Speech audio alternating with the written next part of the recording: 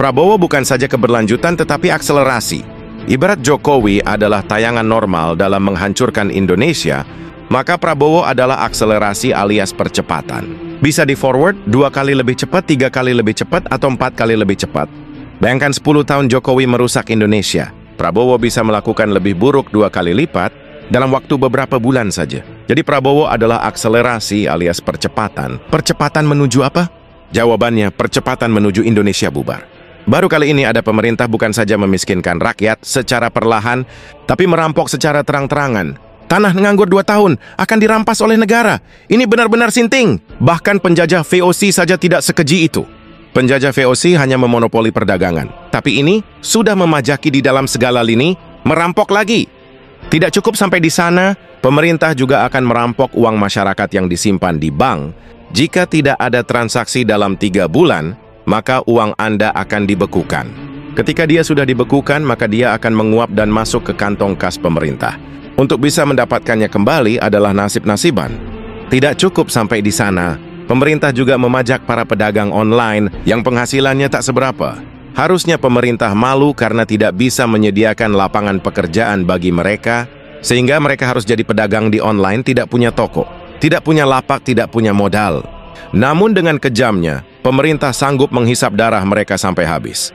Tidak cukup sampai di sana, pemerintah juga akan memajak para konten kreator, baik di YouTube, Facebook Pro, dan TikTok. Sekalipun mereka tidak punya kontribusi apa-apa. Seperti menyuntikkan modal, menyediakan kamera, bersusah payah menulis skrip, syuting, atau mengedit konten yang sangat menguras waktu dan energi. No, tidak ada sama sekali. Tapi dengan berbekal senjata di tangan, mereka sanggup meminta jatah, tak ubahnya seperti preman, dan banyak kegilaan-kegilaan lainnya yang dilakukan pemerintahan Prabowo selama 8 bulan jadi presiden. Dan semuanya ini dilakukan dalam waktu bersamaan. Benar-benar edan. Inilah yang disebut dengan akselerasi alias percepatan untuk memiskinkan rakyat Indonesia. Namun dengan muka temboknya dia berkata, kemiskinan telah turun drastis. Padahal saat ini rakyat bukan cuma miskin lagi, tapi sudah banyak yang makan sampah alias memakan makanan sisa dari tong sampah, baik untuk dimakan langsung maupun untuk dimasak lagi di rumah. Dan memakan rerumputan atau daun-daunan untuk mengisi perut, sesuatu yang tidak akan mungkin dirasakan si gemoy. Ketika Bank Dunia mengatakan angka kemiskinan di Indonesia sudah mencapai 195 juta jiwa, dia malah mengatakan angka kemiskinan telah turun ke angka 15 juta jiwa. Dia menggunakan skrip BPS, alias Badan Penipu Statistik, padahal angka itu mereka buat semudah menekan tombol keyboard.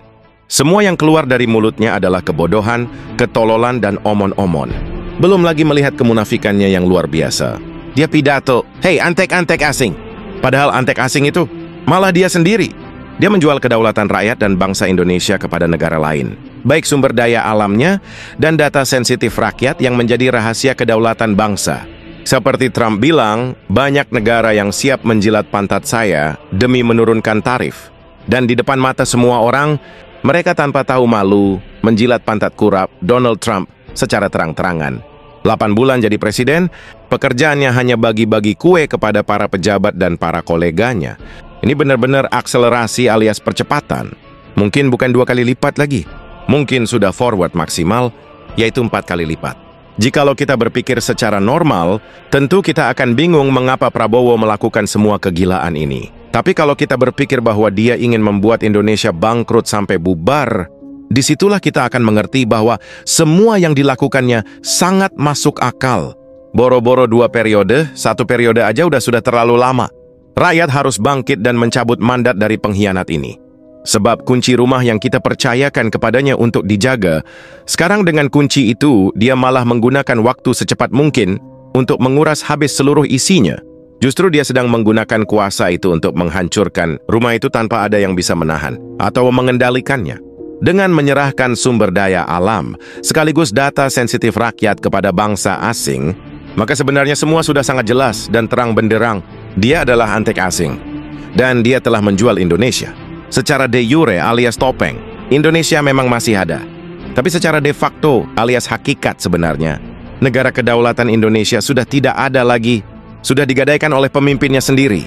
Yang ada saat ini hanyalah perbudakan alias kerja rodi, di mana kita semua dicambuk dan diperas, untuk membayar hutang yang mereka ciptakan dan mereka korupsi sendiri. Lantas apa yang bisa kita lakukan sebagai rakyat?